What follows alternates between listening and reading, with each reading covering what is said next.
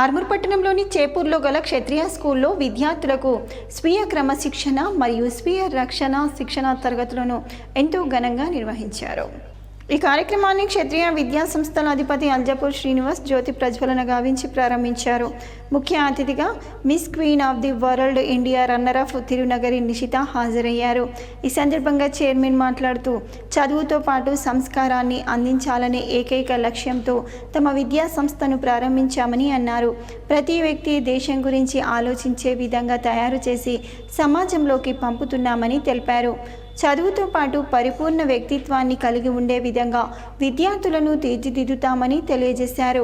ఈ కార్యక్రమ నిర్వహణకర్త నిషిత మాట్లాడుతూ గుడ్ టచ్ బ్యాడ్ టచ్ మరియు ఒక వ్యక్తి ఆపద సమయంలో తనను తాను ఎలా రక్షించుకోవాలో వివరించారు. ప్రతి విద్యార్థి సంపూర్ణ ఆత్మవిశ్వాసాన్ని కలిగి ఉండాలని, ఎల్లప్పుడూ సంతోషంగా ఉండాలని అన్నారు. ఆధునిక సమాజంలో ప్రతి విద్యార్థి తనకు తాను స్వీయ క్రమశిక్షణ అలవర్చుకోవాలని తెలిపారు.